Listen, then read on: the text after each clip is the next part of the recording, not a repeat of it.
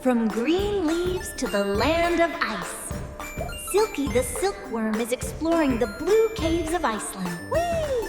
An ice slide. Silky finds fun in any climate. He's showing the local kids how it's done. Up and up he goes. Silky never gives up. His friends are learning that even small steps can climb the biggest mountain. Look at that grace! Silky's found his inner ice skater.